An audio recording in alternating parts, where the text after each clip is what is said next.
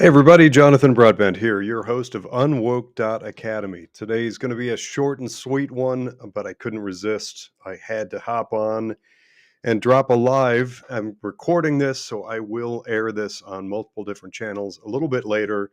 But somebody sent me a message this morning about the Consumer Financial Protection Bureau, CFPB. That's one of the many governmental agencies involved in regulatory oversight that I've had very little exposure to or interaction with. But I looked it up and I did see that, so we subscribe to the Epic Times, and an Epic Times article led me to information that apparently there's some hearings that are taking place. There is so much happening in Washington and politics right now. It's tough to keep track of, but apparently there are some hearings that pertain to the Consumer Financial Protection Bureau. There are other agencies that I've had a lot of interaction with. And if you've been following me for a little while, you probably know by now that my main company that I started after years on Wall Street and decades and working in institutional, large financial matters, I started my own company. And recently, we hit our fourth anniversary of attack from weaponized regulators. Literally, it's just a brutal battle to stay in business and to stay open because regulators decided a long time ago that they don't like me. Go figure.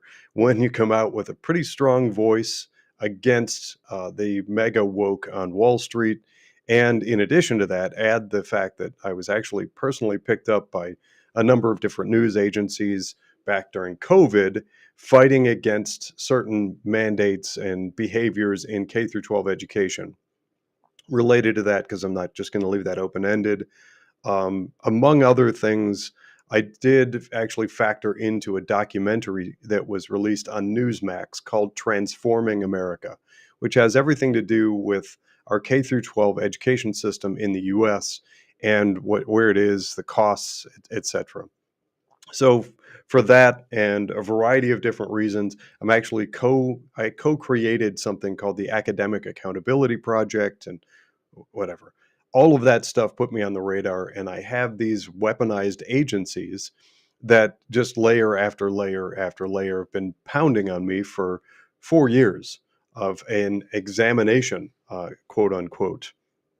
And just in case you're interested, and hopefully as encouragement to anybody out there who might face similar circumstances, if you get some sort of regulatory agency that shows up and starts trying to pound on you, like they did, I always forget her name, the woman that started True the Vote in Texas, her story really resonated with me. I learned of that years and years ago. She just very quickly, and it kind of summarizes, or actually very well articulates and summarizes the experiences I'm having. But to paraphrase the experience she had, and there's a documentary about it, She decided she wanted to look into voting systems and started this thing called True the Vote. And I guess wave after wave, there were people that showed up to her office building and said that they felt that the fire chief didn't pass the inspection of fire safety, and they had to upgrade and change things. And then right as soon as she finished that, the IRS showed up and said, well, we need to audit your pre-financials. And then as soon as she navigated through that, somebody showed up and said that the zoning permits for, I don't know what it was, but it was just layer after layer of these, of trying to stop and thwart her. So I am faced with very much the same thing. Well, I opened up X, formerly Twitter, and I asked Grok, that's the AI component of X, um, list all US government agencies involved in financial oversight. Well, this is actually an incomplete list, but it's the main US federal agencies. You get into a lot of state agencies as well. But at the federal level, you've got the Securities and Exchange Commission, the Federal Reserve, Department of the Treasury, Financial Crimes Enforcement Network. I've interacted with that one many times. Commodity Futures Trading Commission, Consumer Financial Protection Bureau, CFPB, which is the one that showed up on my radar pursuant to a question this morning, Federal Deposit Insurance Corporation, Office of the Comptroller of the Currency, National Credit Union Administration, Financial Stability Oversight Council, and Federal Housing Finance Agency. That's a list of most all of the major financial or federal financial oversight. Here's why I wanted to jump on today and do a quick live stream about this. First of all, if you are watching this now or watch it in a replay, please do click the like button, share this content and stuff like it with your friends. Let's engage in the conversation about what's happening on Wall Street and in finance. If you want to know more about centralized banking, digital currency, and its underpinnings and connection to 15-minute city and social credit scores, where the woke comes from in the world of corporate America, not corporate America, global mega corp. That has everything to do with corporate equity index. I refer to the work that we do at UnWoke.Academy as the place where the freedom economy meets follow the money. That's what we do. We expose all of this. The more people that hear this message and the stuff that we're doing, the more likely we are to be able to fight back on any of those issues that matter to you.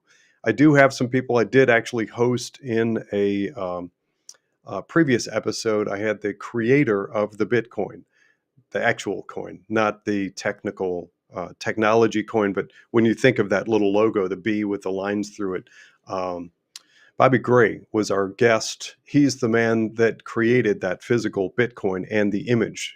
So it's probably one of the most known currency images. All of those kinds of issues, we talk about them. And the talking and educating and exploring, looking for answers works best when we include more people. So please do like this, comment, share, ask questions. If you're watching this after the fact and a question occurs to you, send your question to info@unwoke. No, it's info@unwokeinvesting.com. That's the email address. So here's the thing with these federal agencies. The answer is no. The answer is absolutely not. We cannot trust them. You should not trust them.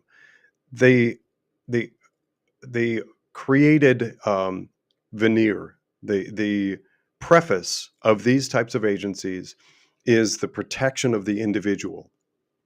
I have shown over and over again in many, many illustrations that they would have to be a comedy of errors. They would have to be, how do I want to put this? They, in my estimation, are not designed to protect the consumer. They are designed and run to protect mega corporations, globalist banks, and things like them. It happens over and over again. Remember, it wasn't all that long ago, we had Bernie Madoff. And there have been many like him who all of a sudden get so big and it gets so bad. A whole bunch of these agencies who have had this person sort of hovering around in their sphere of influence for a long time sort of scratch their heads and say, oh gosh, how did we miss that person? Well, I firmly believe that all of them virtually are missed until they can't excuse it anymore. Then they find some sort of preface and maybe put one person in jail for a little while or something.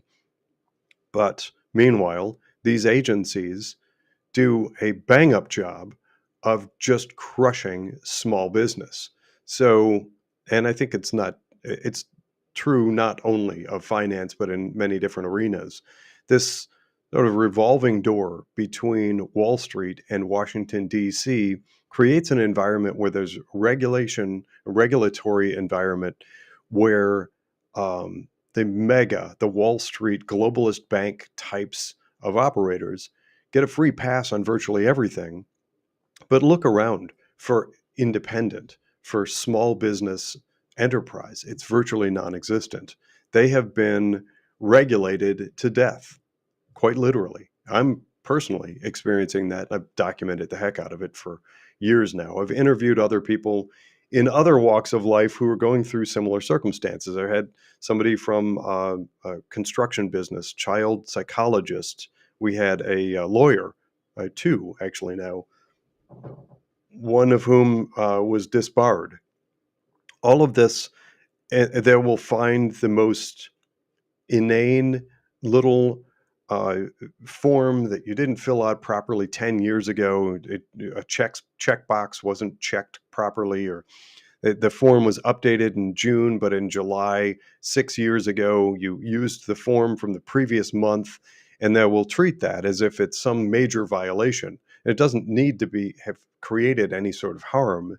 That's where these agencies have gotten themselves. That's where we have gotten ourselves, or allowed ourselves to get to, I should say, with these agencies. So if you're thinking that these banking and investment oversight types of organizations, especially at the federal level, are working to protect you, I encourage you to think otherwise. They are there, in my estimation, to simply clear a path for the amalgamation for mega companies only to survive. It's frustrating, but I think the more of us that become aware of that, the more likely it is, at least at the state level, that's where I'm making a big push right now, to become aware of that, to acknowledge it and fight back. We need to repeal, and what was it during Trump's first term? He was, for every new regulation he wanted to repeal three. Um, Frankly, I think for every new regulation should repeal about a million, because there's so many. Literally, I've quite literally had discussions with regulators and asked for the simplest of things, like defining a word, or defining a category, and had them tell me, your guess is as good as anybody's. It depends on who you're asking and how you're going to get the answer to that question. So it's a catch-22. Really, there is, and it pains me to say this because I work in compliance. I have for decades. I work in institutional finance, in compliance and fiduciary due diligence, et cetera. But at a certain point, there is no such thing as compliance. It doesn't actually exist. The only thing that exists is pleasing the party, for lack of a better word, for pleasing the state. If you don't, and I clearly am not, I'm on the outside of that for sure, by choice. But as soon as you are no longer propping up the narrative, if you do things like the episode on Parade of Woke Sameness and calling out the mass consolidation of our markets and fight for actual consumer interests, you get on the wrong side. And when you do, these agencies are there to clobber you. They're there to clobber us, to make life miserable and untenable for people who will challenge the narrative. So don't put hope in those. I am double checking now and I'll see any comments or questions. Hopefully this resonates, and if you know people who work in finance or really any industry, especially small business, because candidly, I'm keenly interested. I'm very, very interested in revitalizing small business, entrepreneurial initiative, and the know-how, the funding. And that goes back, watch the episodes that I've done on the America First investment policy issued by Donald Trump on February 21st. All of this, if we can shift from the globalist, only these 40-ish companies get funding and they get all the regulatory easement and room to do whatever they want, basically, and get back to allowing small business and new business enterprise, free market economy and capitalism, and put our capital toward growth in the future, we could revitalize our middle class almost overnight. But the other piece of it, in addition to funding it, we need to have a regulatory environment that's conducive to it. And right now, we don't. These agencies are designed and operate to crush the small business free market economy. I'm Jonathan Broadbent, founder and creator of UnWoke.Academy. Thanks for listening.